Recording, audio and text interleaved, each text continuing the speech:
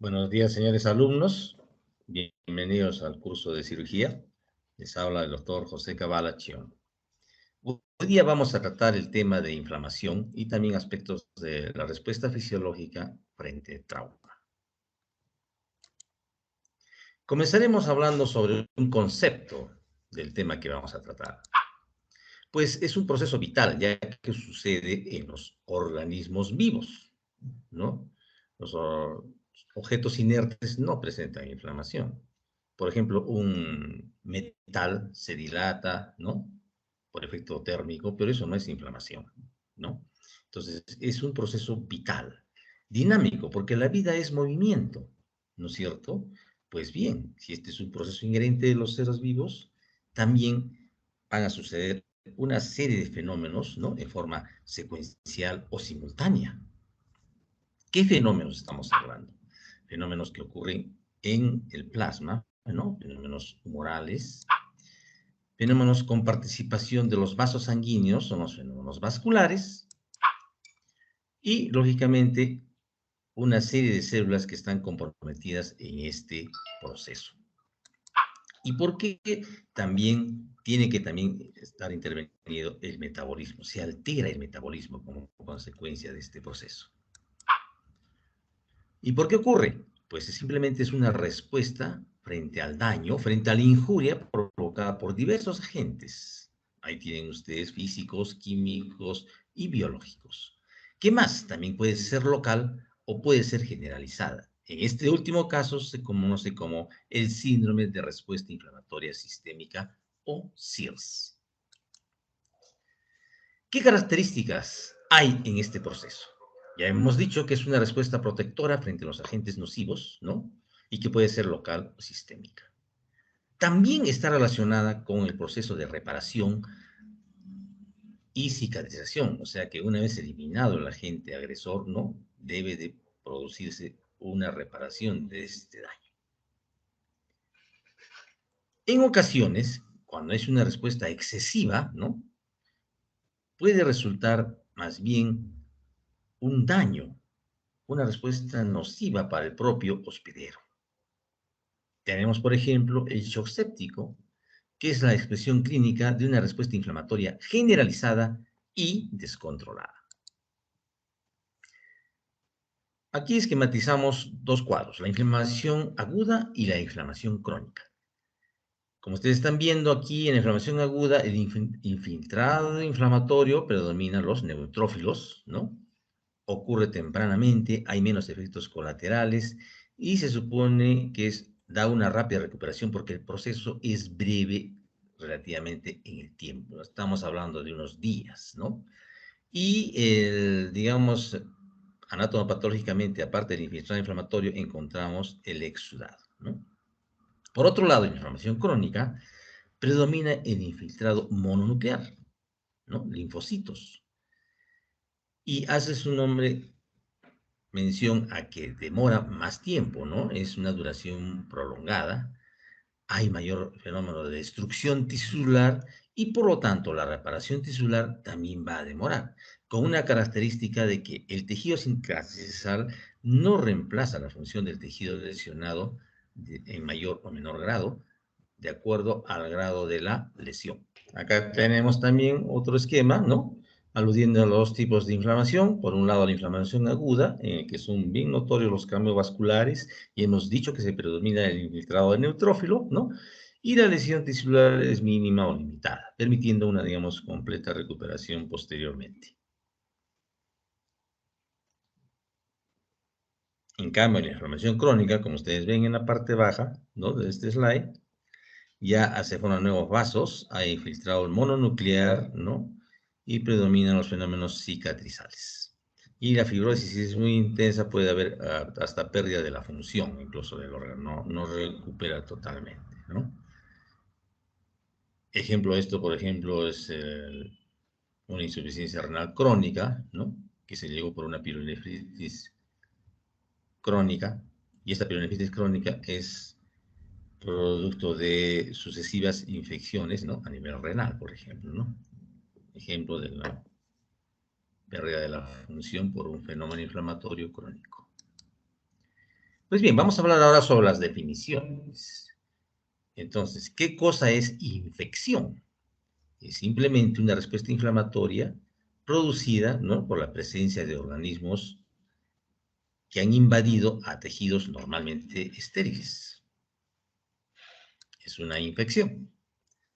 ¿Qué cosa es el SIRS o síndrome de respuesta inflamatoria sistémica? Pues alude al proceso inflamatorio amplio, ¿no?, que sucede frente a diversas injurias que tienen que ser, lógicamente, severas o intensas. Para hablar de SIRS tenemos que cumplir dos o más de los siguientes criterios, como ustedes están viendo aquí. La temperatura, ¿no?, mayor a 38, menor a 36, frecuencia respiratoria mayor de 20, una frecuencia cardíaca por encima de 90, ¿no?, un recuento leucocitario por encima de 12.000 o menos de 4.000. Y si el recuento total es normal, la presencia de más del 10% de bastones también es criterio. Y una PaCO2 menos de 32 milímetros de mercurio, ¿no? Entonces, dos o más de estos criterios configuran las SIRS. Otro concepto, entonces, ¿qué cosa es la sepsis? La sepsis es el SIRS, ¿no?, que se ha desencadenado por una infección severa. ¿Y qué cosa es sepsis severa? Es cuando la sepsis lleva a la falla orgánica múltiple, ¿no? ¿Qué cosa es la falla orgánica múltiple? Es una disfunción orgánica, ¿no?, como dice su nombre, múltiple, porque varios órganos están comprometidos, y que requiere, digamos, la intervención del médico para mantener la homeostasis. Por sí solo, el organismo no puede recuperar su funcionamiento. Ustedes saben que todos los órganos tienen una reserva fisiológica, ¿no? Pero en este caso se ha superado esta reserva fisiológica y el organismo solo no puede recuperar su función. Necesita intervención. Ya tienen ustedes ahí, por ejemplo, una PA menos de 90, una creatina más de 2, ¿no?, presencia de hemorragia digestiva alta, más de 500 mililitros en 24 horas, una análisis de gases que refleja una hipoxemia, PO2 menos de 60, ¿ya? Muy bien.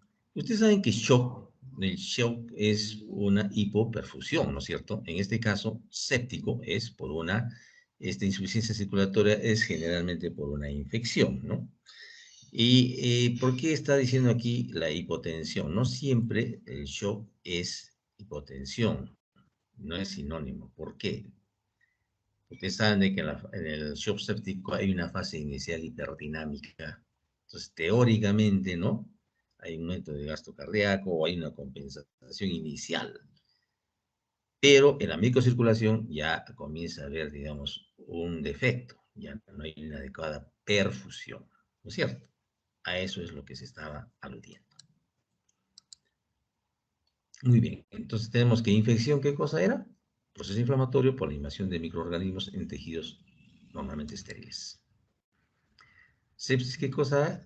Es una infección generalizada, ¿no es cierto?, que también puede desencadenar una respuesta inflamatoria sistémica. También hay otros noxas que llevan al SIDS, por ejemplo, un trauma severo, quemaduras, ¿no?, gran quemado, una pancreatitis severa, también llevan al SIRS. El hecho es de que hay un daño tisular, ¿no?, que puede llevar al síndrome de disfunción orgánica múltiple. Puede haber una hipoperfusión, y ustedes saben que la hipoperfusión, ¿qué cosa es? El shock.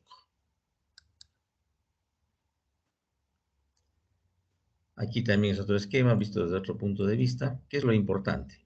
¿Qué cosa lleva a la hipoxia celular, que finalmente es la causa de la disfunción orgánica múltiple? Hay una serie de cambios hemodinámicos a nivel de la microcirculación, ¿no?, que llevan a una utilización deficiente del oxígeno. Entonces, todo esto confluye en la hipoxia celular. Aquí también vean ustedes la superposición de los diversos cuadros, ¿no? Aquí tenemos los agentes infecciosos diversos, que ustedes los han visto en sus cursos de básicas. Si esta injuria es importante, puede llevar a la sepsis. Esta sepsis puede llevar a la falla de órganos, ¿no? Y lógicamente una respuesta inflamatoria sistémica. No solamente agentes infecciosos, como hemos visto, sino también otra serie de agentes pueden llevar al SIRS. Y miren ustedes, ¿no? Hablando ya de los problemas infecciosos, esta cadena, ¿no? Cuyos conceptos ya los hemos mencionado. Y en el shock séptico, ¿no? Miren ustedes la sepsis, que se caracteriza por la clínica que ustedes están viendo aquí. El shock séptico temprano, el shock séptico refractario, ya cuando hay falla multiorgánica, ¿no? Que finalmente puede desencadenar en la muerte. Esto ya lo han visto en fisiopatología, así que simplemente estamos dando una vista panorámica. Muy bien, hablemos ahora sobre la respuesta fisiológica al trauma, ¿no? Tiene estas características, es universal, o sea, la respuesta siempre es la misma, sea cual fuera la noxa. Es estructural, porque tiene sus etapas en forma, digamos, ya establecida en que se presenta, y es proporcional, es decir, de acuerdo al grado de la lesión, será mayor o menor la respuesta, no se olvide. Y aquí tienen ustedes las fases de la respuesta metabólica, ¿no? La fase ebb de choque, la fase flow aguda y la fase de adaptación o de anabolismo. El trauma. Tenemos primero la fase ebb o de choque. Ustedes saben, el shock es la hipoperfusión tisular, ¿no? Y bueno, en esta fase se enlentece el metabolismo, ¿no? Disminuye la diferencia arteriovenosa de oxígeno, o sea, la utilización de oxígeno, disminuye la presión arterial y baja la temperatura. Luego viene una fase aguda de catabolismo, en que hay una respuesta hormonal, como ven, en la elevación de los corticoides, la activación del glucagón, ¿no? Se aumentan las catecolaminas, ¿no? Y entonces se acelera el metabolismo. Muy bien, y finalmente tenemos la fase flow de adaptación, en que ya se inicia, digamos, el anabolismo, ¿no? Esa respuesta de alarma va disminuyendo gradualmente, disminuye el hipermetabolismo, ¿no? Y se asocia a la recuperación. ¿Bien? Muy bien. Entonces, la respuesta de fase aguda es un término amplio. Miren, usted está incluyendo aquí la inflamación de la que hemos hablado, estamos hablando, ¿no? Incluye, por otro lado, los agentes, digamos, físicos, traumatismos, quemaduras, ¿no? La misma cirugía también es un agente físico, ¿no? Las infecciones que ustedes saben que son respuestas inflamatorias por seres vivos. El estrés también genera una respuesta de fase aguda y que puede pasar a fase crónica, ¿no? Miren ustedes, también se considera el embarazo. Ustedes saben eso de la preeclampsia, etcétera, esos fenómenos patológicos. Es una respuesta, digamos, exagerada vascular, ¿no? Los tumores también. Se acepta que comenzaron como un agente extraño, ¿no? Los tumores a nivel celular, reacción inflamatoria, ¿no? En forma persistente y autodestrucción. Entonces, miren ustedes la cantidad diversa y amplia que componen o, digamos, desencadenan una respuesta de fase aguda. Otro concepto es los reactantes de fase aguda, ¿no? Los reactantes de fase aguda. ¿Qué cosas son? Son proteínas que se pueden producir a diverso nivel. Básicamente hígado, células epiteliales, células endoteliales, el tejido conectivo, frente a infecciones, traumatismos o inflamación, ¿no? O sea, específicamente son proteínas de diverso origen. Muy bien, las citoquinas son unos mediadores, que ahorita vamos a hablar de ellas, estimulan la producción de estas proteínas o reactantes. Este esquema entonces está simplificando lo que estamos hablando. Ahora, estas proteínas de fase aguda, ¿no? Como ya hemos mencionado, miren ustedes aquí, mayormente es a nivel de hepatocito, pero hay otras células que también la sintetizan, ¿no? Es la síntesis extrahepática de estas proteínas. Pueden, digamos, de acuerdo a su comportamiento, en ser positivas o ser negativas. Positivas porque aumentan, ¿no? Tienen ustedes aquí el caso de la ceruloplasmina, el componente C3 del complemento, que aumenta, miren ustedes, el 50%. Hay otros que aumentan 2 o 3 veces sus valores normales, hay otras que miden, se incrementan hasta 1000 veces su valor normal. ¿Cuáles son estas? La PCR, la proteína C reactiva, y el amiloide sérico, ¿no? Entonces son marcadores de prácticamente una respuesta inflamatoria, ¿no? Y las negativas son aquellas que bajan, ¿no? La albúmina, la prealbúmina, la transferrina, ¿no? Sobre todo en los procesos crónicos, ustedes saben de que se encuentra anemia, se encuentra hipoalbuminemia, ¿no? Por esto. Muy bien. Ahora, la cinética. Hay unas que se elevan o disminuyen rápidamente, otras en promedio intermedio y otras son más lentas, como ustedes están viendo aquí. Entonces, miren ustedes, eh, la proteína C reactiva que se eleva más, ¿no es cierto? Más de 1000 veces, ¿no? Más de 1000 veces, se eleva también rápidamente, en forma rápida. Por eso también se usa, ¿no? El amiloide sérico A también es otro. Ahora, la proteína C reactiva versus la velocidad de sedimentación globular en la inflamación. ¿Cómo se comporta? ¿No? La velocidad de sedimentación globular tiene una serie de falsos positivos. Por ejemplo, en la anemia, no hay inflamación, pero se eleva la velocidad de sedimentación globular. Tienen ustedes aquí, en este cuadro, por ejemplo, todas las otras enfermedades, ¿no? Que sin haber un proceso inflamatorio evidente, muestran velocidad de sedimentación elevada, ¿no?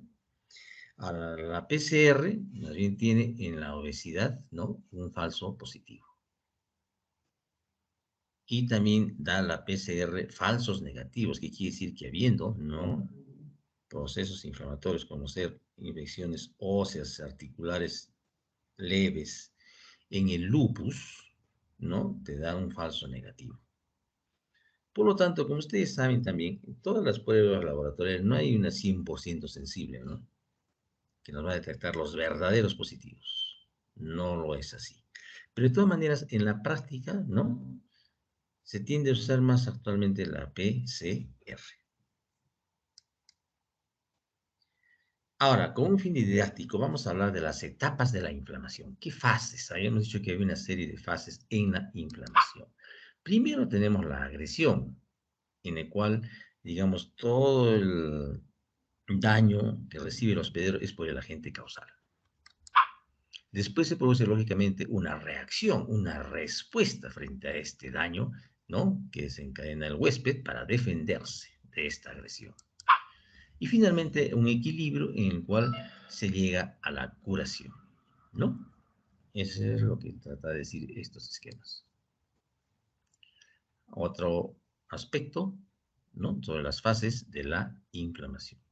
La primera fase donde hay los daños, luego una reacción, vamos, básicamente a nivel vascular, con alteración de la permeabilidad, ¿no? Del diámetro vascular, la vasodilatación, la presencia de células, ¿no? Y finalmente viene la reparación celular. También se tiende a decir las fases inflamatorias así con números romanos, como ustedes están viendo, ¿no? Una fase de agresión, después una generalización de la misma, ¿no? Llegando al CIRS, participación a nivel neuroendocrino, de todos los sistemas. También aquí este esquema trata de hablar lo mismo, una reacción primero local, luego sistémica, ¿no? Con liberación de los reactantes de fase aguda, proliferación celular, y finalmente se tiende a la curación, ¿no? Y si no, se llega a un equilibrio que lleva a la inflamación crónica. Muy bien, vamos a hablar ahora un poco sobre la agresión. Básicamente, por el resultado de la acción patógena de las diversas noxas puede haber lesión o muerte celular, de acuerdo al grado, ¿no?, de daño que se ha producido. Y entonces eso lleva como resultado la activación de la cascada inflamatoria, ¿no? Entonces hay una serie de mediadores, una serie de fuentes que tienen estos mediadores en esta fase. Vamos a ver someramente algunos. En primer lugar, vamos a hablar de los inflammasomas. Entonces, ¿cómo es que el organismo reconoce, digamos, que han venido los invasores, ¿no? O ha habido un daño, una alteración a nivel de su economía? Entonces, se postula, ¿no? Es desde Massinger, desde el año 2002, que hay ciertos patrones moleculares asociados al peligro, ¿no? O sea, estos patrones son detectados por los receptores, ¿no? Receptores de reconocimiento de estos patrones. Ya, estos patrones entonces pueden proceder del huésped o pueden proceder de los patógenos. ¿Listo? Y estos patrones son reconocidos entonces por estos receptores. Y al ser reconocidos, vienen a ser como alarmas, ¿no es cierto?, va a producirse la liberación de mediadores inflamatorios. Entonces, más adelante se ha visto, se les ha dado ya el nombre, ¿no es cierto?, los patrones moleculares asociados al peligro, que son externos, ¿no?, por agentes externos, como están viendo aquí todos estos gérmenes infecciosos, ¿no?, que ya los han visto ustedes en sus cursos de microbiología, bacteriología, etcétera, ¿no? Parásito. Son PAMPs, patrones moleculares asociados al peligro. Y los DAMs son aquellos patrones que proceden del huésped, del mismo hospedero. ¿Listo? Entonces, esos patrones van a ser reconocidos por los receptores. Y ahí tienen ustedes diversos tipos de receptores, ¿no? De reconocimiento de patrones. Entonces, sobre todo nos va a interesar uno que son los asociados a manadas como los receptores tipo TOL, TLR, y otros que están en el citosol, que los más estudiados han sido estos los del grupo NLR, receptores, ¿no? Tipo NOT, para abreviar el tiempo. Entonces, ¿qué cosa es el inflamosoma? Es un complejo multiproteico, o sea que se ensambla con tres componentes, hablando del NRP3. Tiene un receptor tipo NOT, que hemos dicho, tipo NOT. Tiene una proteína que por un lado está, ¿no?, está asociada, une a la procaspasa, ¿no?, que está asociada con la apoptosis, ¿no es cierto?, y el receptor NRP3. Entonces, estos tres componentes se ensamblan, ¿no? Y hemos dicho que el NRP3, por ejemplo, está en el citosol, no tiene una membrana, ¿ya? ¿Y qué función va a tener? La activación de las caspasas que tienen que ver con la apoptosis.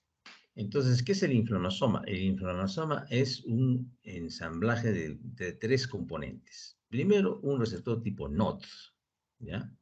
Una proteína que está asociada con la apoptosis y con un dominio de reclutamiento y activación de caspasa, la ASC, ¿ya? Y el precursor de la caspasa, ¿qué cosa es? La procaspasa. Entonces, cuando se ensambla, nos forma el complejo multiproteico llamado inflamosoma, en este caso NLRP3. Ya hemos dicho que esto está localizado en el citosol, no tiene ninguna membrana. ¿Y cuál va a ser su función? Va a activar las caspasas proinflamatorias.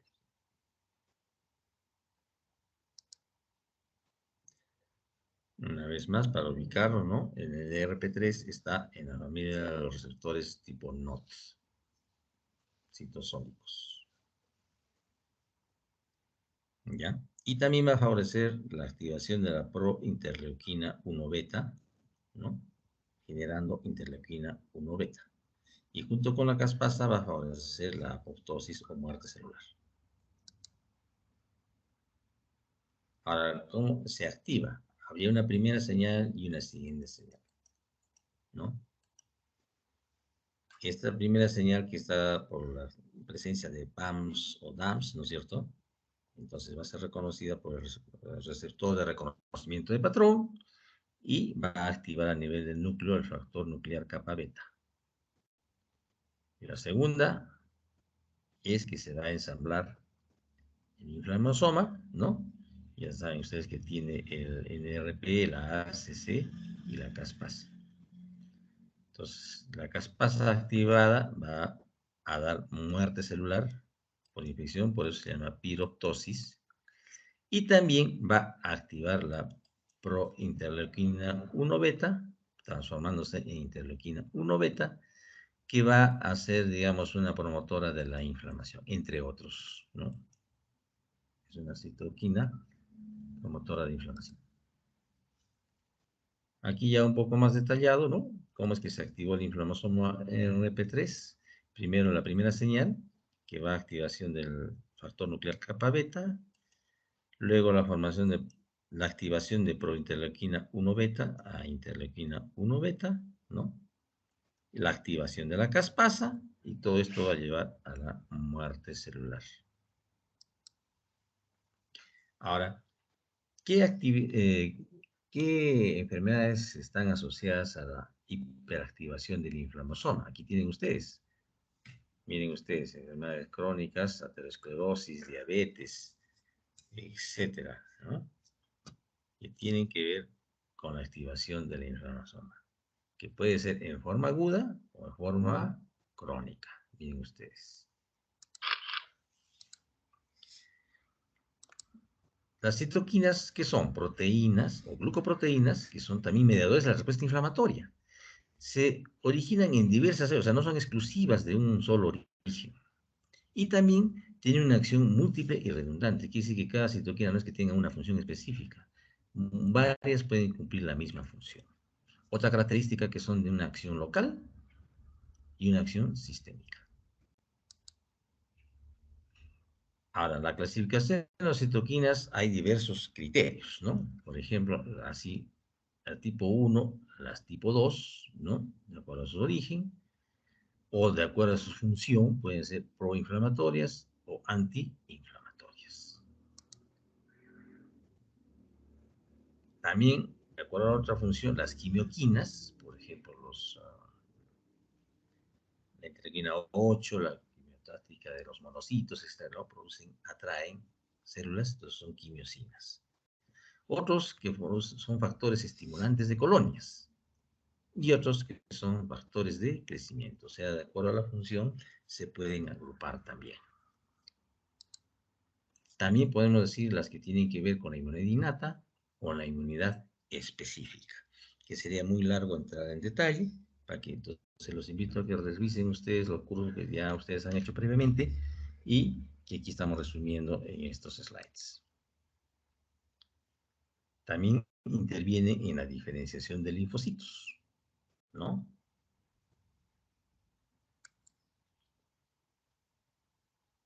Y la activación de los linfocitos. Miren ustedes, el TGLPR1, el TGLPR2, ¿no?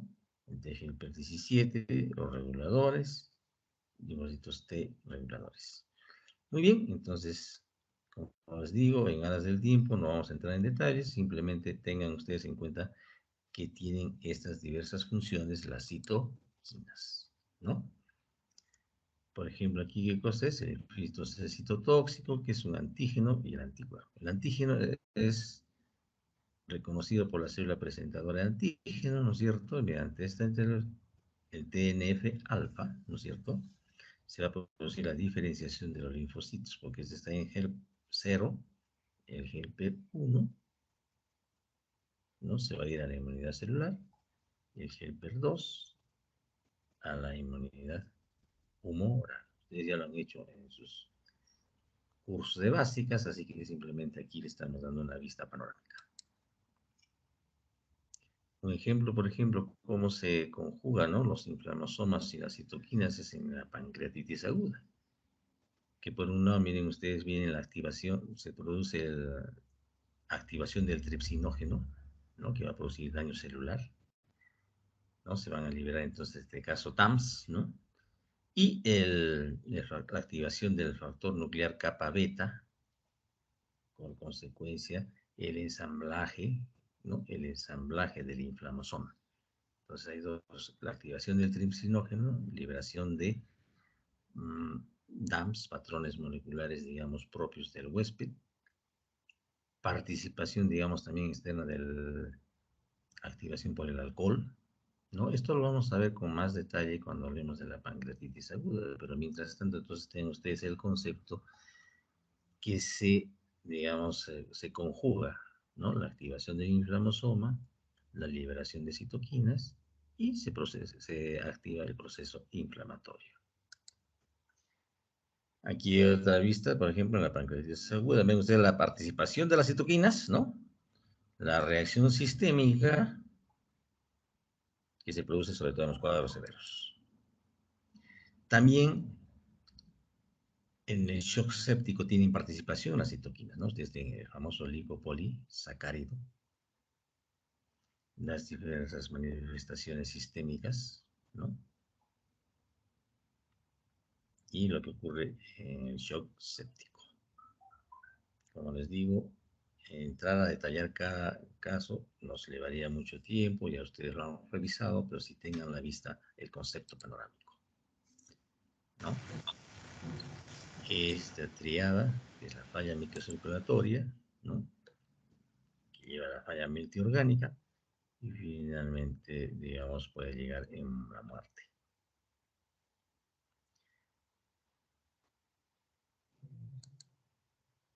También tienen participación las citoquinas en el rechazo de trasplantes, ¿no? Hay diversos tipos de respuesta de rechazo: el rechazo hiperagudo, agudo y el rechazo crónico. Hemos mencionado también que las citoquinas tienen que ver en la cicatrización de las heridas, ¿no?, que tiene sus diversas fases, que ya ustedes lo van a ver también en la clase correspondiente. Otros mediadores son las prostaglandinas. Entonces, ocurre que en el fosfolípido de membrana, ¿no es cierto?, por acción de la fosfolipasa A2, se descompone en ácido araquidónico y en el isofap. El ácido araquidónico, por acción de la lipoxigenasa, da los leucotrienos. Por acción de la COX, da las prostaglandinas. La tromboxano sintasa da el tromboxano. Y el isofap, por la lisofap acetiltransferasa, ¿no?, da el factor agregante plaquetario. Entonces, este es el árbol genealógico de las prostaglandinas, ¿no? Se origina en el fosfolípido de membrana. Los AINES cortan este paso de la síntesis, ¿no?, de las prostaglandinas. Los corticoides actúan a este nivel de la fosfolipasa. Por lo tanto, por eso los corticoides tienen efecto antiinflamatorio más potente, pero también tienen más efectos colaterales. Y recuerden entonces que la COX-1 constitutiva tiene, digamos, acciones fisiológicas, ¿no? Por ejemplo, protege la mucosa gástrica, protege la perfusión renal, incluso también la perfusión pulmonar. Entonces, si la inhibimos por un AINE que no es específico de la COX-2, se presentan efectos colaterales, ¿no?, que ustedes lo conocen. Puede haber hemorragia digestiva, puede desencadenar una insuficiencia renal, o los asmáticos también tienen efectos no deseables, ¿no? Y la COX-2, inducida por la inflamación, ¿no es cierto?, es la que se tiende a bloquear actualmente, ya no los AINES no específicos que bloquean los dos, ¿no?, o no selectivos, ¿no?, que son todos ustedes que ya han visto en farmacología. En cambio, los inhibidores selectivos de la COX-2 tenemos el Rofecoxib, Celecoxib, etc., ¿no? La histamina y la serotonina se relacionan también con los componentes C3A y C5A. ¿no? Tienen que ver con el aumento de la permeabilidad, ¿no? La adhesión de los leucocitos para favorecer su diapedesis, ¿no? Al endotelio. Y, digamos, como el complemento, obedecen a la quimiotaxis, ¿no? ¿Dónde se originó la histamina? Pues está en el mastocito, ustedes saben, de la histidina. Se descarboxila y origina la histamina. Esas son las acciones de la histamina, como estamos viendo. Quimiotaxis, aumento de la permeabilidad y vasodilatación.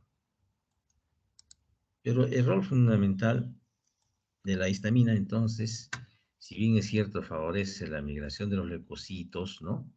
La vasodilatación, con participación de fracciones del complemento, donde mayormente tiene rol es en las reacciones alérgicas, ¿no? Entonces, usar antihistamínicos para tratar un proceso inflamatorio, pues no tendría mayor sustento, ¿no?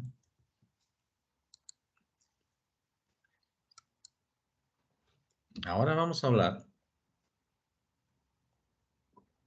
de las quininas, ¿no? Las quininas. ¿Cuáles son? Las calicreína, por ejemplo, ¿no? La bradiquinina.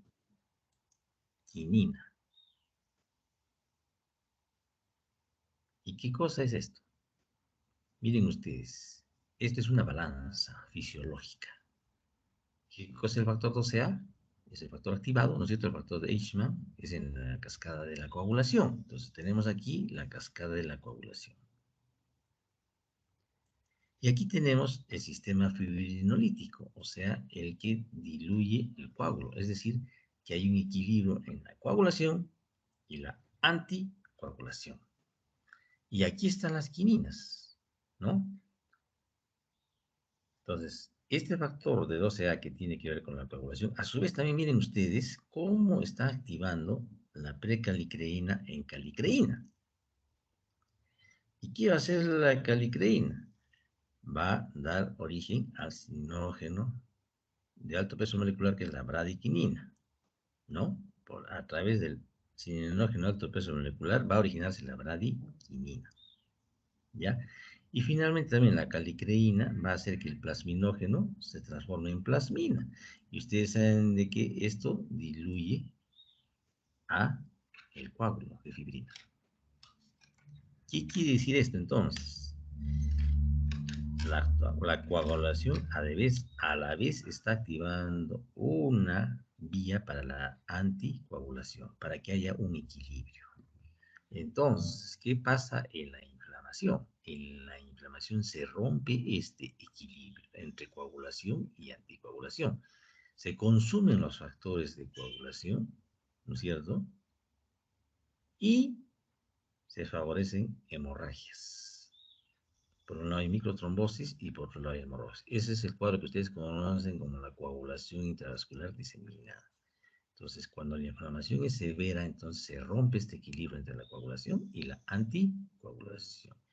¿Quiénes están involucrados? Las quininas. ¿Ya?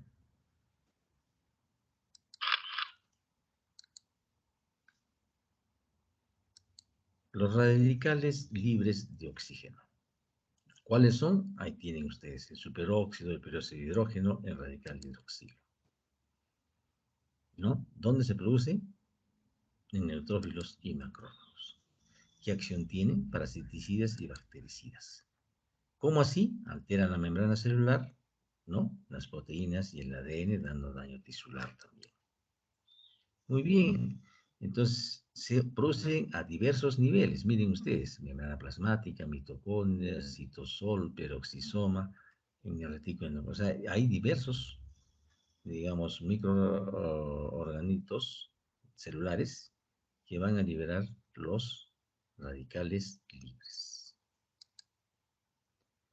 Y acá tienen ustedes los sistemas oxidantes y antioxidantes, ¿no? Oxidantes en flechas negras. Y los antioxidantes, ¿no? Por ejemplo, miren ustedes el zinc, ¿no? Para decir que son antioxidantes. La vitamina E, la vitamina C, betacaroteno, ¿no? Flechas blancas son antioxidantes. Entonces en la célula normalmente hay un equilibrio entre oxidantes y antioxidantes.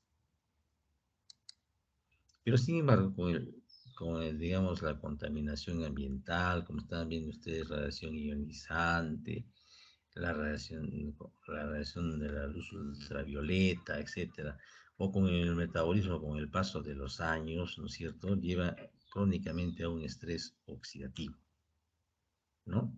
Entonces, si la producción de radicales libres supera la capacidad antioxidante, hay producción de estrés oxidativo y daño celular. También tiene que ver esto con el envejecimiento, ¿no? Miren ustedes, a todo nivel los órganos comienzan a sufrir este estrés oxidativo. Acá ustedes están viendo, por ejemplo, ¿no? ¿En qué consiste ese daño oxidativo? Se altera la estructura del ADN. Y lo más, digamos, importante, por ejemplo, en la producción de tumores, ¿no? Se inicia con un daño al ADN, ¿no? En la fase de la carcinogénesis, iniciación, luego se amplifique esta alteración que es la promoción y finalmente la progresión, ¿no?, del tumor. Y esto es sobre la teoría sobre el envejecimiento, ¿no?, que se rompe el equilibrio entre antioxidantes y radicales libres por un estrés oxidativo crónico que afecta el sistema inmunitario, ¿no? Y entonces lleva al envejecimiento y a la muerte.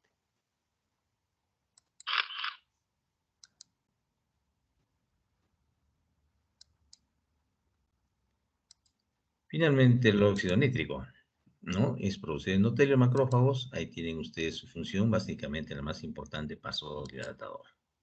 Inhibe la síntesis de DNA y el ciclo de Krebs y por eso es parasiticida y bactericida. Entonces hay las varias formas del óxido nítrico sobre su síntesis, ¿no? La guanilato ciclasa. Y básicamente es el mecanismo cómo es que produce la vasodilatación, ¿no? La relajación del músculo liso a nivel de los vasos, ¿no? ¿De dónde vino? De la L-arginina, ¿no? Gracias a la oxidonitrosintasa se libera por un lado citrulina y aquí está el óxido nítrico. Y va a actuar transformando la GTP en GMP5. Entonces, esa acción vasodilatadora es importante en el proceso inflamatorio. Tienen ustedes todos los efectos del óxido nítrico. Si se produce en exceso, hay daños en diversas enfermedades asociadas al exceso de producción de óxido nítrico. E incluso, miren, si se produce deficientemente, la hipertensión también es atribuida a ello, ¿no? Y ustedes saben que los fármacos favorecedores de la potencia sexual no son vasodilatadores. Para hacer un comentario al respecto del óxido nítrico. Y aquí está su participación en la sepsis, ¿no? Su acción entonces es aumentar la vasodilatación, incrementar la permeabilidad vascular, ¿no es cierto? Pero si esto se, digamos, en una forma persistente, se va a comprometer la perfusión tisular. Gracias. Entonces hemos visto la primera fase de la agresión en la cual se ha producido lesión y daño celular con liberación de una serie de mediadores. Muy bien. Ahora en esta fase de reacción vamos a ver que a consecuencia de esos mediadores liberados se producen una serie de fenómenos ya sea neurovasculares, la activación del endotelio, la activación del RES y la fagocitosis, o sea, con la activación del complemento. Muy bien. ¿Cuáles son, digamos, los fenómenos vasculares? Hay la vasodilatación porque se incrementa el flujo sanguíneo, ¿no? Por la actividad cardíaca mayor, el gasto cardíaco. Hay un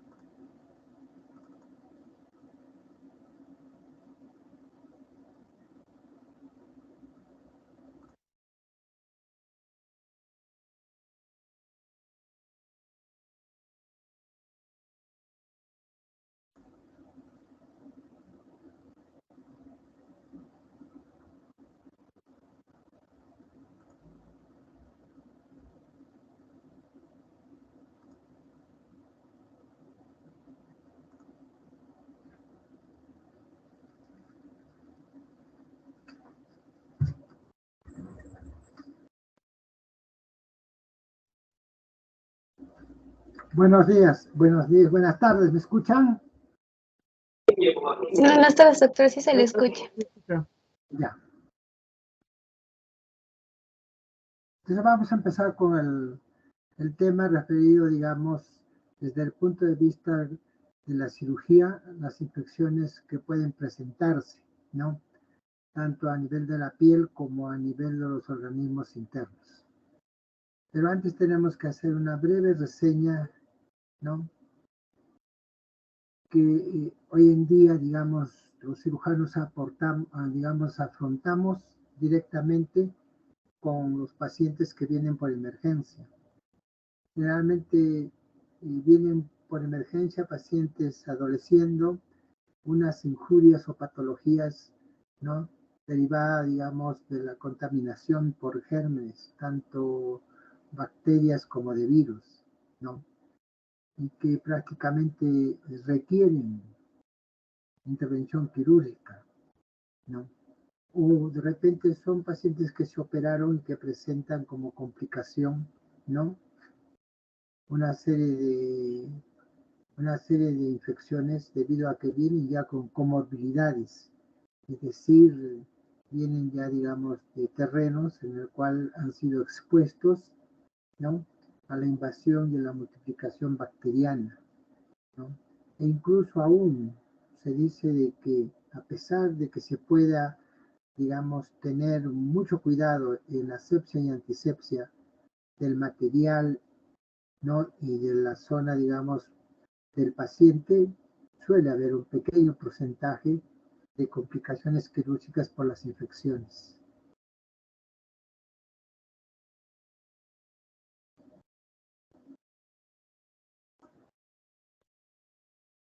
Y ya, ya hace el siglo pasado, ¿no? Ya se dijo, digamos, de que todas las heridas que se expusieran, ya sean, digamos, accidentales o, digamos, dirigidas por los cirujanos, ¿no? Había una probabilidad, ¿no? De riesgo de contaminación.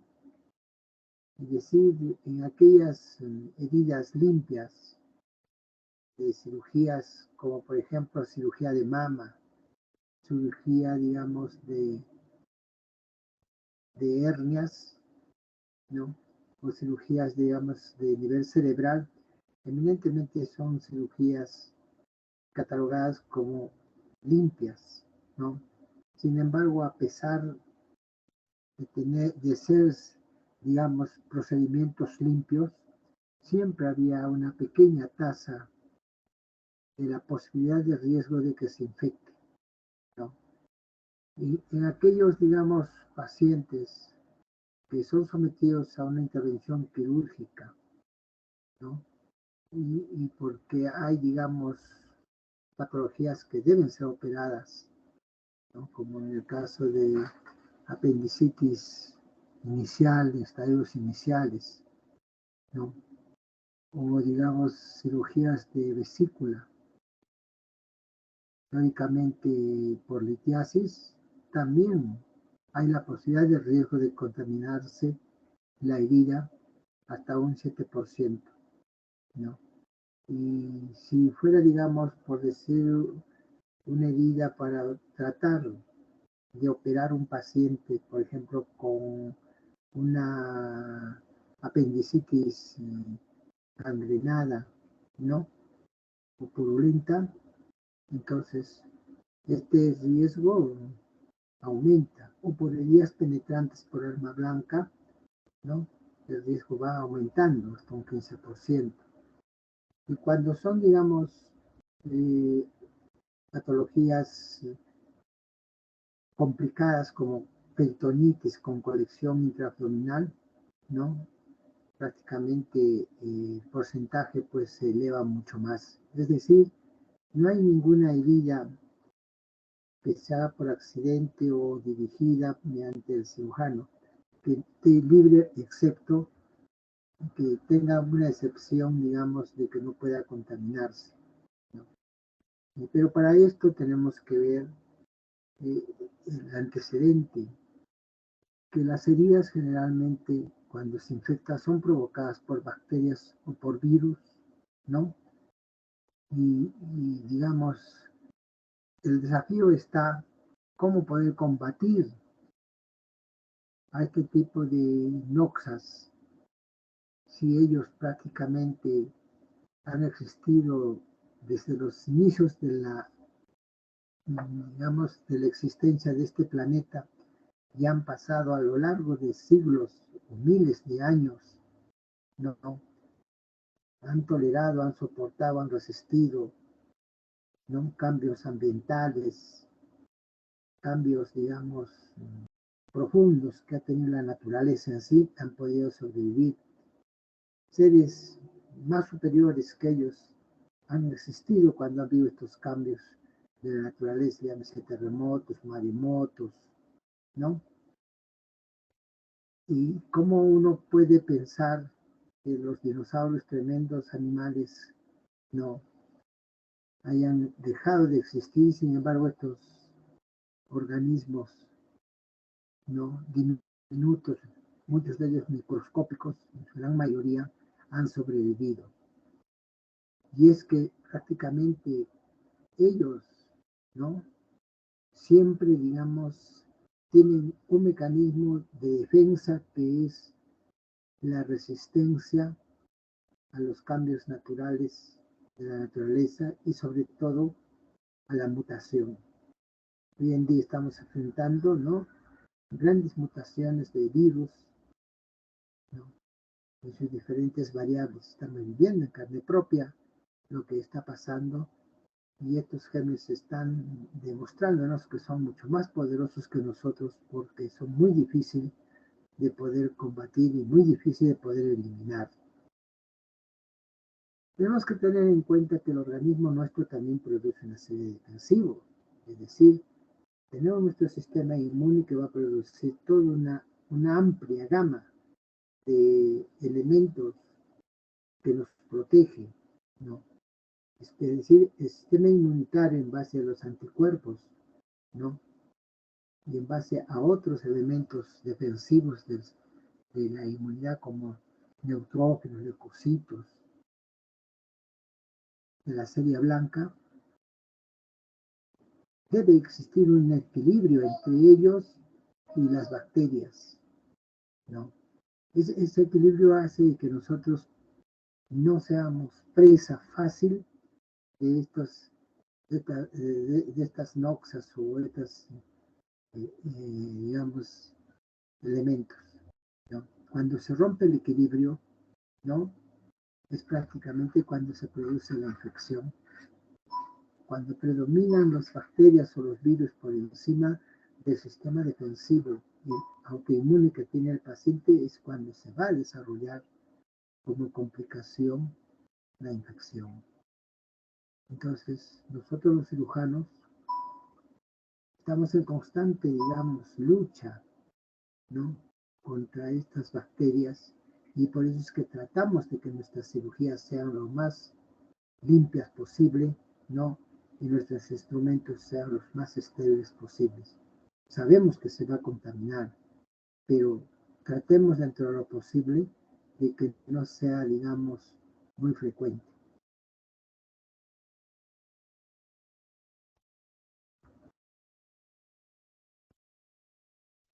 No hay ningún cirujano que se puede preciar o jactar de decir que no se le ha infectado o complicado una operación. Casi a todos los cirujanos, en determinado momento, nos hemos enfrentado, digamos, a la necesidad de poderlas enfrentar, de poderlas combatir, ¿no? Y eso ha dado origen a que estudiemos el comportamiento de las bacterias y el comportamiento del sistema autoinmune, ¿no? Y es por eso de que en la antigüedad ha habido innumerables autores que han ido poco a poco contribuyendo mediante sus investigaciones, ¿no? Y demuestran que en todos nuestros fluidos de nuestro organismo, ¿no?, si bien es cierto, no hay un material purulento, pero se ha demostrado que sí hay presencia de bacterias o de virus, ¿no? Es decir, por ejemplo, ¿no?, que comprobó que en una pústula que generalmente tenemos un granito que se forma un absceso en la piel, ¿no?, había una concentración de bacterias del orden de 7.5 por 100.000, ¿no?, estafilococos. Es decir, que tiene que haber una cifra cuantificable para que se produzca, digamos, la infección y posteriormente el absceso. Y así sucesivamente, así como el LED comprobó la presencia cuantitativa de los gérmenes, ya sea por gramo o por centímetro o mililitro de tejido de líquido, tenía que haber una determinada cantidad, ¿no?, de bacterias para que hablemos de infección o hablemos de contaminación y de formación de absceso.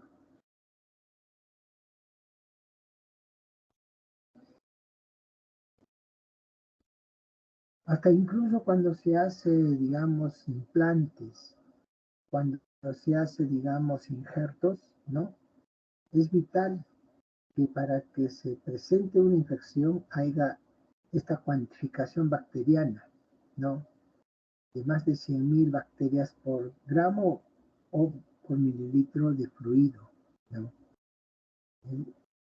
Es decir, que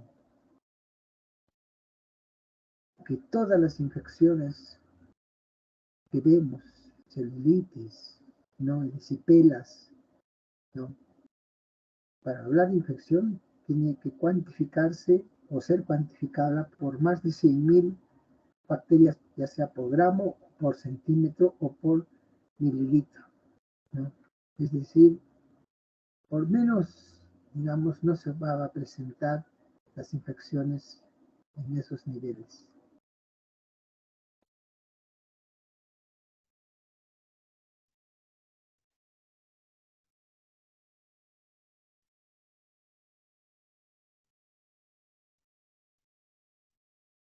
Antiguamente, digamos, la mortalidad, ¿no?, que se presentaba era muy alta. Es que se desconocía, ¿no?, los términos de antisepsia y asepsia, y prácticamente el tratamiento en ese momento era la amputación. Si te infectabas la mano, entraba una gangrena y la única manera de poder sobrevivir era que te amputaran parte del miembro superior. Hoy o viceversa, o digamos igual si tus dedos o tus pies se contaminaban y se infectaban, la única manera de poder sobrevivir era la amputación, ¿no? Es prácticamente en el siglo XVIII al XIX donde, digamos, se hace, digamos, los descubrimientos de la causa que origina las infecciones, ¿no? Y se da ciertas normas para evitarlas. Es así que en el año de 1847, un médico alemán de apellido Semmelweis, ¿no?, es quien ya habla del concepto de asepsia, es decir, ver la manera de que los instrumentales estén, digamos, libres de contaminación de bacterias o de virus, ¿no? Y uno de los primeros antisépticos o antibacterianos que se usaban fue el ácido carbónico, ¿no?, el cual se impregnaba o se hacía pulverizaciones para hacer procesos de esterilización en el centro quirúrgico, ¿no? Pero aún a pesar de eso seguían habiendo, digamos, severas complicaciones, hasta que en el año de 1882, la entrada del siglo XIX, un médico de apellido Hermann Bregna, en un congreso de cirugía de esa época, dio el gran aporte que es vigente y que lo seguimos diario a diario los cirujanos, de una manera de hacer una verdadera antisepsia y no llevar la contaminación hacia el abdomen o la zona, digamos, que está operándose en el organismo, era el famoso lavado de manos, y que cobra importancia, mucha importancia en este momento con respecto a esta pandemia, ¿no? También ya se comenzó a esterilizar el instrumental, ¿no?, ya sea con sustancias químicas o con el vapor, ¿no?, tratando de elevar a una determinada gran temperatura con el fin de destruir a las bacterias, ¿no? También ya en esa época de ese siglo, William Hastel, un gran cirujano, ¿no?, hizo los primeros intentos de la protección manual, haciendo unos guantes de látex primeramente y de caucho posteriormente, ¿no? Tiene una amplia historia, las razones del por qué hizo estos guantes, ¿no? Él tenía, digamos, una pareja de apellido Carolina Hampton que tenía alergia, ¿no?, al ácido, al jabón y al ácido carbónico, ¿no? Y entonces, pues, no se le ocurrió a este médico digamos, el uso de guantes estériles, ¿no?, de caucho, posteriormente de látex, ¿no? Y así una serie de médicos e investigadores han ido contribuyendo a lo largo de la historia, ¿no?, con sus múltiples aportes, ¿no? Y hasta que llegamos prácticamente a las albores del siglo XX, donde se descubre, pues, o se inicia la era antibiótica con un médico de apellido Alexander Fleming, que fue el creador de la penicilina, ¿no? Descubrió la penicilina como antibiótico, pero Florey, ¿no?, años después utilizó la penicilina por primera vez en el ser humano para tratar problemas de infecciones de la piel, ¿no? Es decir, que el uso de antibióticos se usó con la finalidad de evitar los riesgos de infecciones que se podían presentar en una cirugía, o sea, para evitar la complicación de la infección de las heridas operatorias, ¿no? O darle al organismo digamos, un medio de apoyo y de ayuda para que no se presente, si se presentó, para curarla, ¿no? Sin embargo, a pesar del descubrimiento de la penicilina, que se pensó que era la solución final, hoy en día sigue habiendo infecciones, ¿no? Sigue habiendo, digamos, cirugías que se hacen y pacientes que fallecen por complicaciones, por infecciones de heridas operatorias o de gérmenes, ¿no? Que se introducen en el organismo y que van a provocar complicaciones severas de septicemia, ¿no? Estados tóxicos infecciosos y muerte en el paciente, ¿no? Sin embargo, se ha estudiado, ¿no?, que existen ciertos factores o determinantes para que se produzca una infección, ¿no? Es decir, que eso va a depender de cuán grado es la patogenicidad o la virulencia del anoxa, o sea, digamos, de la bacteria, ¿no?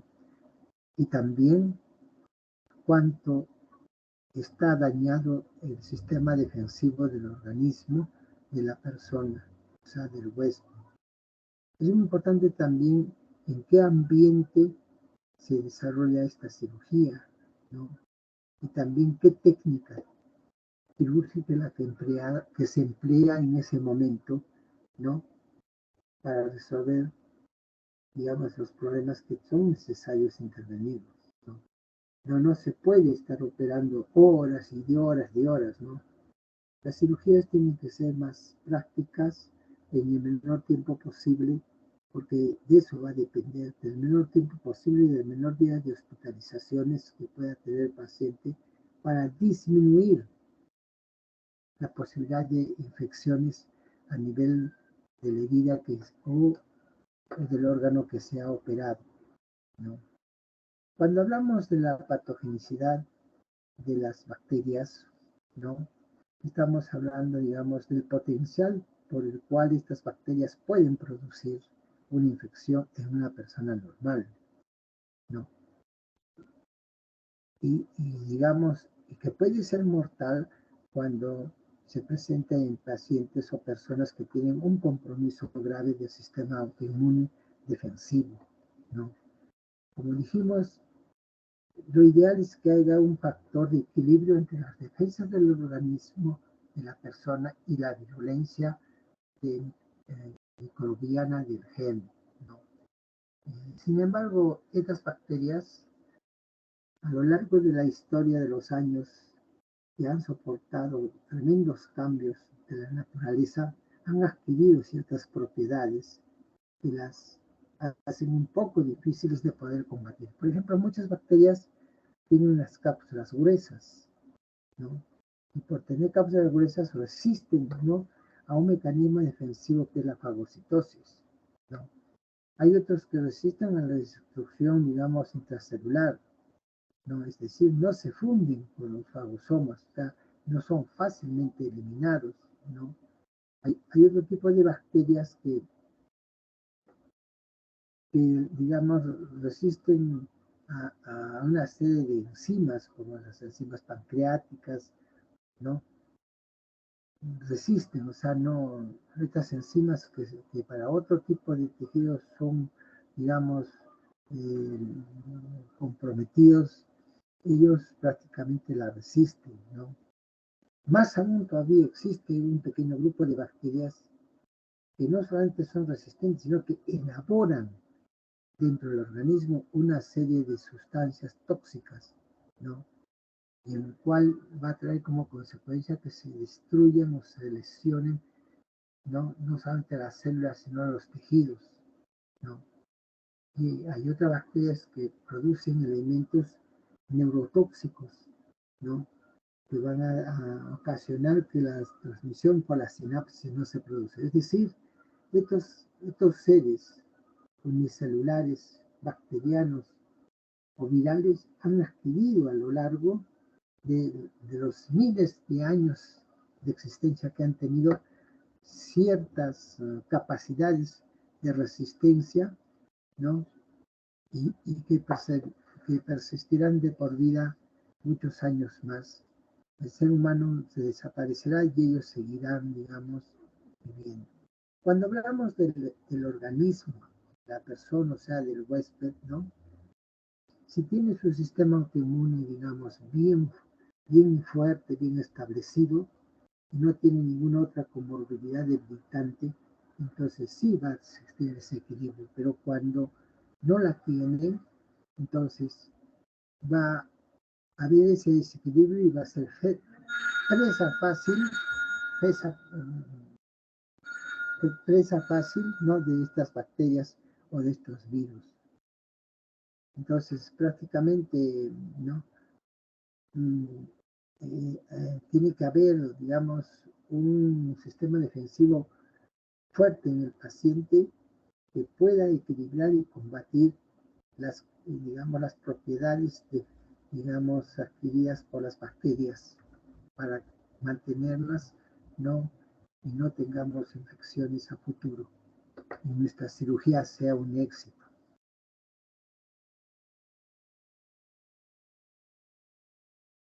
Es también importante que a veces muchas de estas bacterias necesitan en nuestro organismo digamos, de espacios especiales o de tejidos, digamos, de campos especiales, ¿no? Por ejemplo, hay bacterias anaerobias, es decir, que para reproducirse tiene que haber ciertos espacios o tejidos donde la oxigenación no sea muy fuerte, ¿no? Eso lo vamos a hablar cuando hablemos del síndrome gangreno de Fournier, ¿no? Y entonces, en esos sitios de nuestro organismo que, digamos, hay poca oxigenación, donde se desarrollan una variedad de gérmenes bacterianos anaeróbicos. Tenemos que tener también en cuenta de que existe una serie de factores propios del huésped, del paciente, para que, digamos, estos factores debilitantes. Por ejemplo, los extremos de la vida, los ancianos, los niños, todos aquellos pacientes que tienen, digamos, que llamamos hoy día vulnerables porque tienen, digamos, enfermedades o comorbilidades debilitantes, como cáncer, ¿no?, como artritis reumatoidea, que tienen que tomar corticoides de por vida, en la misma diabetes mellitus, la misma obesidad hace vulnerable al huésped, ¿no? Y lo que hoy en día se está diciendo es de que el exceso de estancia hospitalaria de los pacientes en el hospital obra en contra del paciente y favorece la posibilidad de aumentar el riesgo de contaminación o de infecciones quirúrgicas. Por eso es de que hoy en día se dice que la estancia hospitalaria para una cirugía no debe estar más allá de 72 horas, cosa contraria que era en el siglo pasado, que el paciente puede estar hospitalizado 10, 15 días, ¿no? Si estos son los factores endógenos, hablemos entonces de los factores que no tienen nada que ver con la persona, sino con otros interventos, por ejemplo, cirugías largas, que, digamos, los guantes se perforen, ¿no?, o en aquellos pacientes que se operaron de emergencia o de urgencia, o cuando en el salón hay demasiada gente que consume el oxígeno del ambiente, ¿no?, y por lo tanto está creando un caldo de cultivo para los gérmenes anaeróbicos. Es decir, la contaminación del aire al consumo de oxígeno por demasiada gente en la sala de operaciones puede también favorecer a las bacterias para que se haya, digamos, la posibilidad del riesgo de infección, ¿no?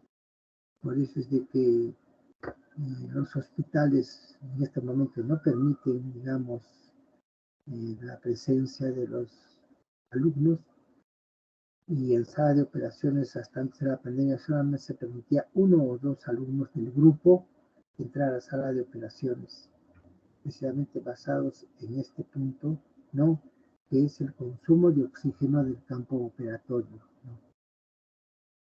También se tiene que tener presente no solamente las bacterias, no solamente las comorbilidades que hacen la vulnerabilidad del paciente, sino también tenemos que ver la zona que se opera.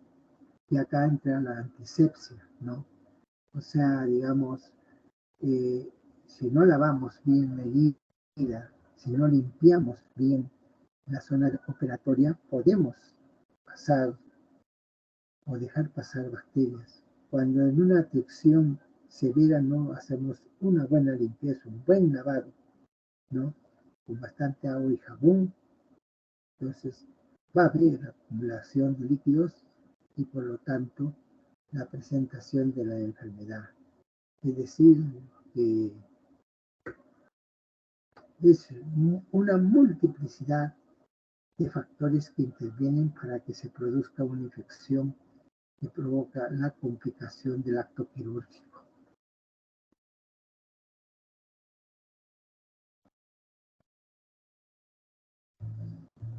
La técnica quirúrgica es otro factor externo. Una cirugía tiene que ser lo más rápida posible utilizando una técnica sencilla, ¿no? Que no estrese al cirujano, ¿no? Y tiene que tener, digamos, nosotros decimos, ¿no? Que la cirugía es un arte. El cirujano es un artista. ¿Y qué es lo que identifica al arte o al artista? La paciencia y el tiempo. Entonces, ¿no? La delicadeza, no hacer, digamos, manipulaciones exageradas, sino lo más suave posible. Se tiene que extirpar todo el tejido desvitalizado porque ese es el que se va a complicar, ¿no? Hay mucha gente que utiliza demasiado electrocauterio. Tratemos dentro de lo posible de no usarlo porque eso va a provocar necrosis de tejido y un buen sitio para la proliferación de las bacterias, ¿no? Hay una técnica que es para, digamos, unir las asas intestinales, que tiene que tener los extremos una buena irrigación y tiene que estar no muy tensos, es decir, tienen que estar a baja tensión. Saber utilizar los drenes cuando son necesarios, ¿no? Y eso es, la colocación de drenes nos avisan, ¿no? Cuando, digamos, tenemos que reoperar o tenemos que parar y observar, ¿no?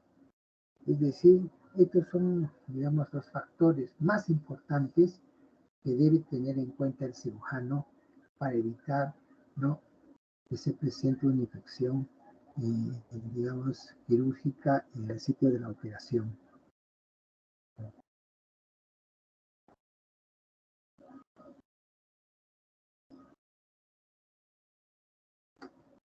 Sin embargo, uno puede conservar todas las, digamos, preocupaciones existentes, ¿no? Pero no solamente basta conocerlas, observarlas, sino también existe, digamos, otros factores en el cual, ¿no? predisponen al paciente a una infección de complicación. Aquellos pacientes que tienen cáncer, muchos pacientes tienen cáncer oculto, diabetes mellitus, la edad es muy importante, la hipovolemia, la anemia, el uso de esteroides, inmunosupresores, determinados medicamentos que tienen la facilidad de inhibir, ¿no? Inhibir, digamos, la red inmunoprotectora. Generalmente esto se presenta en los pacientes con cáncer, en el cual se les administra, ¿no? una serie de drogas, o aquellos pacientes en el cual se ha hecho un trasplante para evitar el rechazo, ¿no? Usar sondas y catéteres cuando en realidad lo necesitan, no con mucha frecuencia, ¿no? Y también es muy importante el hacer uso adecuado de los antibióticos, no ser, digamos, hay personas, digamos, que dan antibióticos de altos espectros como los piperacilinas, digamos, la ceftriaxona para una simple infección. No, utilicemos los antibióticos de bajo espectro y a la medida que va actuando, vamos a ir aumentando a antibióticos de amplio espectro, que es lo que vamos a ver posteriormente, ¿no? O sea, hay que ser muy juicioso en el uso de estos antibióticos. Ya. Hay una serie de tipos de bacterias, que van a ocasionar diferentes tipos de infecciones, ¿no? En los diferentes, esto se refiere prácticamente a la zona que está infectada, ¿no? Por ejemplo, puede que en el medio no haya bacterias, pero se puede hacer una lesión leve que puede contaminarse, siempre y cuando que no se cure, que no se lave y que no se haga una buena desinfección adecuada de la piel, ¿no? Y no podemos entrar nosotros a trabajar con el intestino si previamente al intestino no lo hemos, digamos, haber hecho técnicas antisépticas, debido a que el intestino contiene una flora mixta de bacterias gram positivos, negativos, bacilos y cocos, ¿no?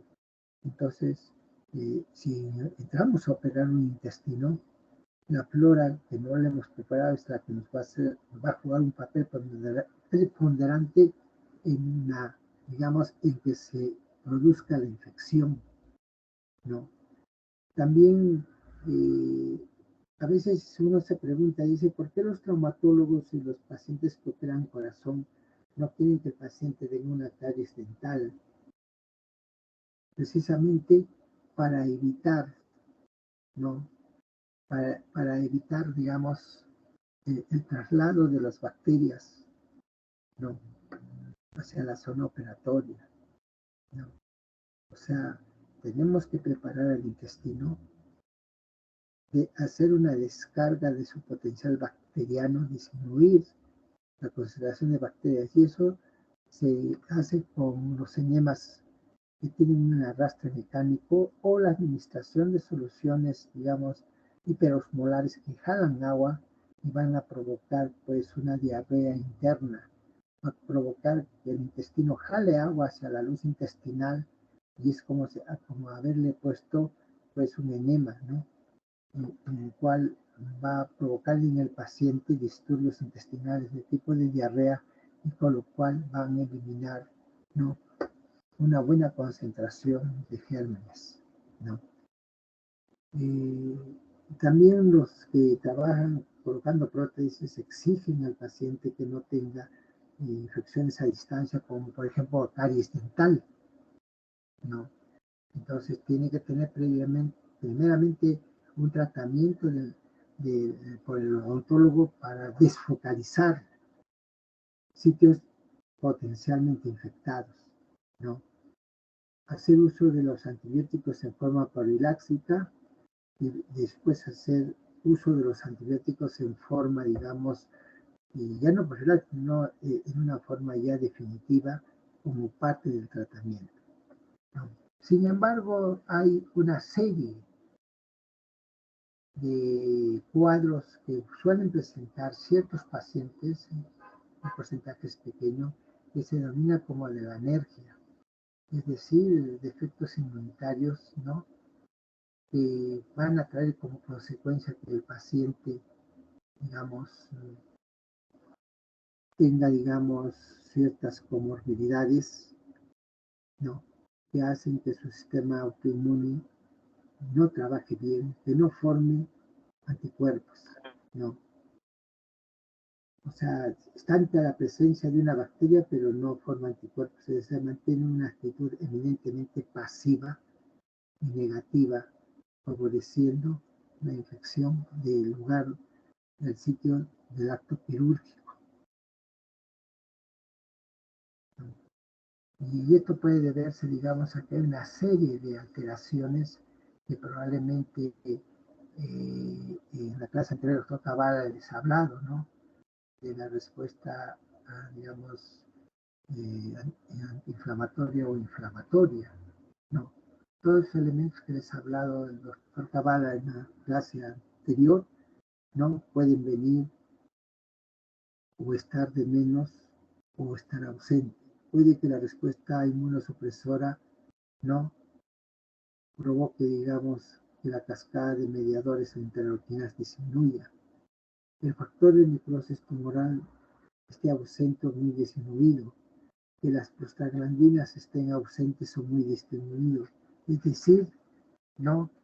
Que la serie blanca que emite determinados, digamos, factores defensivos como los linfocitos, ¿no?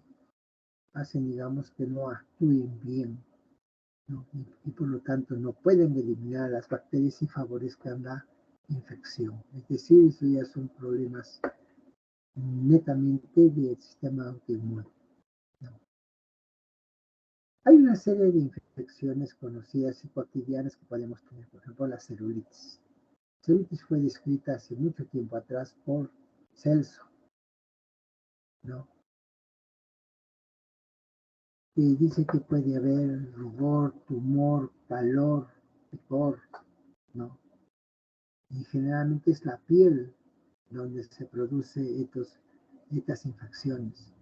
En su gran mayoría son infecciones comunes, pocos gram positivos, como el estafilococo piógenes, el estafilococo neumonía, los mismos estreptococos, la influenza, ¿no? Y otras bacterias, generalmente de ambos tipos, aerobias y anaeróbicas. Es decir, cualquiera de estos gérmenes, ¿no? O bacterias van a producir la celulitis en la piel, ¿no? Y que presenta toda, digamos, el compromiso de una infección, ¿no? Que son infecciones un poco extensas en la piel y en el cual se ve el endurecimiento, el dolor, el cambio de coloración, el aumento de calor a ese nivel, porque la infección está por debajo de la piel, ¿no? Entonces prácticamente eh, son lesiones muy extensas que pueden ser en cualquier parte del organismo, ¿no? Sus síntomas ustedes en alguna oportunidad la han experimentado. Es el dolor, el rubor, el aumento de volumen, ¿no? Y la temperatura que está caliente esa zona, ¿no? O sea, tiene un aspecto de piel de naranja por el gran edema que se produce a ese nivel, ¿no? Eh, Sin embargo, esta celulitis tiene diferentes variaciones, ¿no? Denominaciones. Unos pueden llamarla como la erisipela, ¿no? Que aparte de lo dicho anteriormente, aparecen puntos rojos a ese nivel que son compromisos de coagulación, ¿no? Y entonces prácticamente, digamos, hay ciertos acúmulos, puntos rojos que se concentran las bacterias a ese nivel y que pueden provocar hemorragias, ¿no? O contenido líquido como las pústulas, ¿no?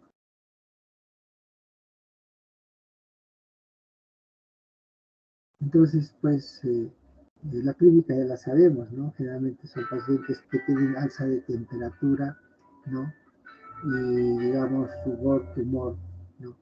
Sin embargo, la piel no solamente está infectada o está comprometida, sino que de repente también hay determinadas zonas de la piel en el cual se puede producir estas infecciones, ¿no? Por ejemplo, lo que llamamos la hidroadenitis, ¿no? Que se presenta a nivel de las axilas o en la ingle, ¿no? Que no viene a ser sino acúmulos de material purulento o pus, ¿no? O abscesos de las glándulas aportivas del sudor. Se infectan, se tapan y se acumula bacterias, ¿no? Que provocan, digamos, esas lesiones, a veces muy extensas, ¿no? Entonces, si vemos que hay eso, el tratamiento es evacuarlo, hacer drenaje, ¿no? Y conservar una buena higiene. Los conductos linfáticos también pueden, digamos, mantener, digamos, infectados, ¿no? Y generalmente, como dijimos, son infecciones por gérmenes gram positivos o negativos, como el estreptococo, el estafilococo aureus, y por anaerobios que se desarrollan generalmente a nivel de la aponeurosis de los músculos. Y el tratamiento, pues, es simplemente a base de elementos derivados de la penicilina. Todas las infecciones de la piel, ¿no? Su tratamiento es en base a la penicilina.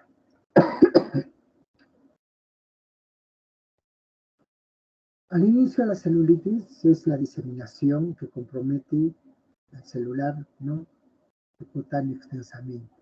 Pero pudiera ser que en determinadas circunstancias, ¿no? Este estado de diseminación se concentre para formar el flemón, y luego de formar el flemón puede ir a otra etapa, que es la acumulación de material purulento, es decir, el absceso, ¿no?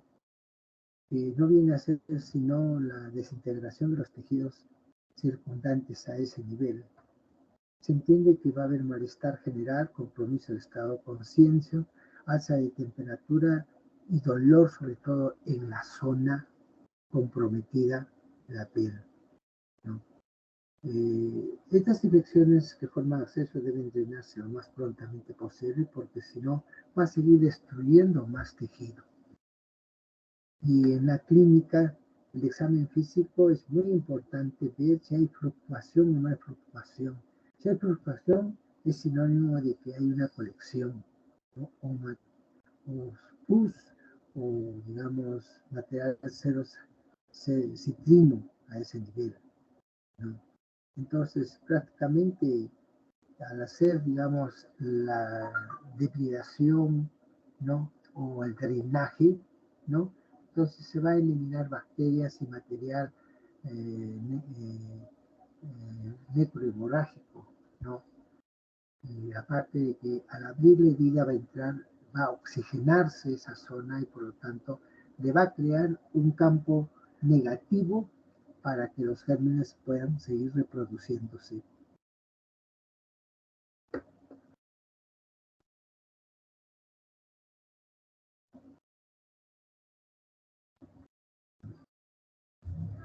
Sin embargo, hay unas infecciones que son mucho más fuertes y que generalmente son por gérmenes anaerobios y que comprometen, ¿no? No solamente la piel, sino el tejido celular subcutáneo e incluso aún el tejido muscular, ¿no? O sea, son provocados por gérmenes anaerobios en su gran mayoría, que van a tener la particularidad de la gran destrucción, ¿no? De tejidos, ¿no? Y que puede elevar la mortalidad de los pacientes, ¿no? Estas infecciones de los tejidos blandos tienen muchas denominaciones. Unos los llaman, por ejemplo, fascitis necrosantes, otros lo llaman gangrena estreptocócica, otros lo llaman gangrena gaseosa. Gangrena gaseosa, ¿por qué? Porque generalmente se nota que hay crepitación, hay aire, ¿no? En estos tejidos. Y por la localización, si es en genitales, ¿no? O la región perianal, se conoce como la gangrena de Fournier, cuya mortalidad es altamente, ¿no? Porque puede conducir a estados tóxicos de sepsis y muerte en el paciente, ¿no? Generalmente es causada por gérmenes anaerobios, sean positivos o negativos, ¿no? Muchas veces mixtas, ¿no? Es decir, aerobios y anaerobios los que intervienen, ¿no? Y entre los más peligrosos tenemos las especies de Clostridium y sus diferentes variantes, perfiles, móvil, séptico, o el estreptococo piógeno, con una serie de vidrios que es, digamos, de bacterias intermedio de los virus y las bacterias de los vidrios, ¿no? Y es fácil de reconocerse porque estos, digamos, presentan ciertos acúmulos de aire que se denominan las bullas cutáneas. Entonces puede haber crepitación a ese nivel, ¿no? Este cuadro debe reconocerse rápidamente debido a que un gran porcentaje, ¿no? hacen efecto tóxico, pueden presentar las tríadas mortales, ¿no? Y muerte en el paciente, ¿no? Y se caracteriza fundamentalmente porque hay una confusión mental, ¿no? Hay un problema a nivel cerebral y el paciente prácticamente tiene un serio compromiso del estado de conciencia. Comienza a disvariar o comienza, digamos, a tener, comienza, digamos, ¿ya? Hay también, digamos, una falta una alta toxicidad y una falta de respuesta al tratamiento, ¿no? Cuando no se trata quirúrgicamente. O sea, el tratamiento es eminentemente quirúrgico, ¿no? ¿No? Y prácticamente, como les digo, el diagnóstico es, digamos, es un diagnóstico que se presenta, ¿no? En el paciente, en la zona del compromiso donde puede haber la necrosis del espesor de la piel y del tejido celular, se ve crepitación, ¿no? Y esto es muy importante reconocer, porque nosotros hemos tenido malas experiencias. Por ejemplo, una señorita de 28 años de edad que fue intervenida por una cirugía de vesícula de tipo laparoscópica, ¿no? Y se operó a las 9 de la mañana y a partir de la tarde comenzó a presentar compromiso del estado de conciencia y comenzó a disvariar lo que decimos nosotros, ¿no? Y nos llamó mucho la atención. Nos dijimos que de repente era nervios o una situación propia de la paciente, ¿no? A medianoche llamaron al médico de emergencia que la paciente había entrado en shock. La paciente falleció exactamente a las 16 horas del acto quirúrgico, ¿no? Y cuando se hizo la autopsia, se encontró, ¿no? Digamos, el germen bacteriano de Clostridium. Entonces se tuvo que tomar, digamos, decisiones muy rápidas como el cierre, ¿no? O suspensión de las salas de operaciones. Porque también dos pacientes que se operaron en esa misma sala de operaciones presentaron, ¿no? La misma sintomatología, pero con mejor suerte que esta señorita, ¿no? Porque lograron sobrevivir luego de que se tuvo que poner, digamos, fuertes cantidades de antibiótico a ese nivel, ¿no? Es decir, que cuando hay esta presencia hay que hacer el tratamiento eminentemente quirúrgico mediante incisiones relajantes para tratar de oxigenar una zona, ¿no? Comprometida.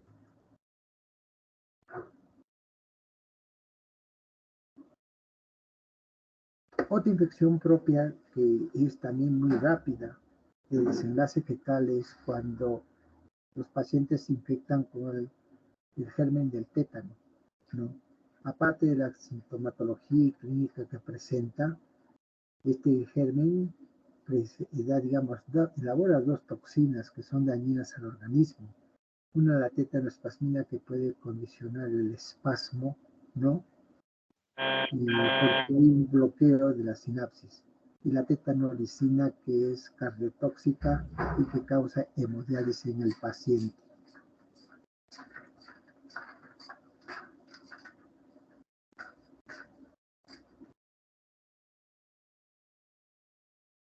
Como le digo, el tratamiento de presentación del cuadro clínico es confusión mental, inquietud, cefalea, espasmos, ¿no? Y muchas veces llegan a tener convulsiones y a veces puede haber fiebre en la columna cuando presentan, digamos, espasmos muy fuertes que llevan a ese término que se llama eropistótomos, es decir, el arqueamiento del paciente, ¿no? Y pueden tener también espasmos a nivel de la mandíbula que hace que el paciente tenga una risa sardónica a ese nivel, ¿no? Es decir, son cuadros muy aparatosos, ¿no? ¿No? Y, digamos, muchas veces se presentan aquellos pacientes en los cuales no han sido vacunados contra el tétano, ¿no? Y entonces el tratamiento es administrar, digamos, la globulina inmune tetánica, digamos, en grandes cantidades, hasta de 10.000 unidades, ¿no? Y administrar antibióticos tipo penicilina.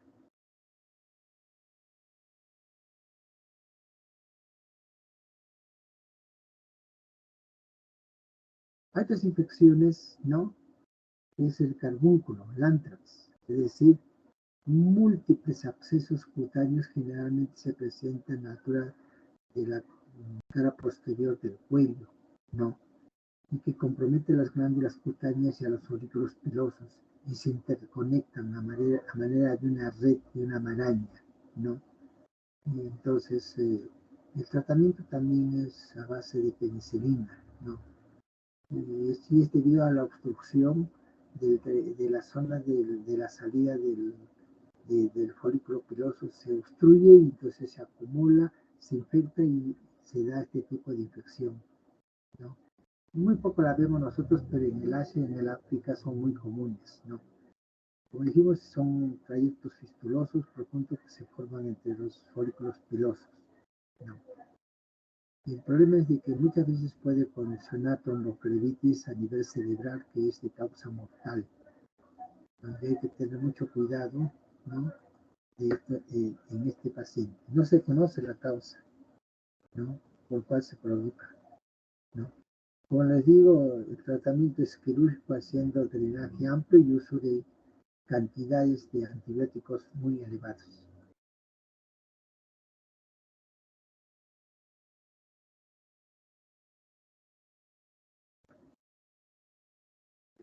Acá les voy a dejar para ustedes, para su revisión, ¿no? Todo lo que es antibiótico. No es parte del tema, pero creo que es muy importante que ustedes la tengan como literatura, ¿no? En ellos van a ver, digamos, un poco de la historia de cómo se hizo el término de antibioterapia, Pauster, y cómo, digamos, demostraron la presencia de los gerbes en los diferentes tejidos y líquidos del paciente, ¿no?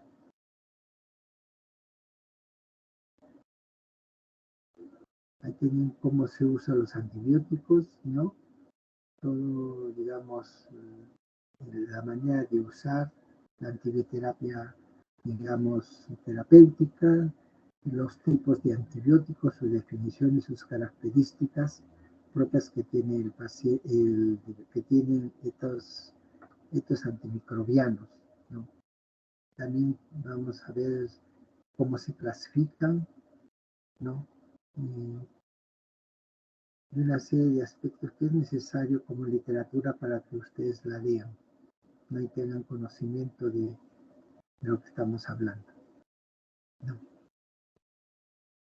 Bueno, yo creo que eso es todo lo que les tenía que decir. Por favor, denle una leída, yo les voy a pasar su delegado toda esta información, ¿ya? Muchas gracias, hasta luego. Hasta luego, Hasta luego, doctor, muchas gracias. Ya, hasta luego.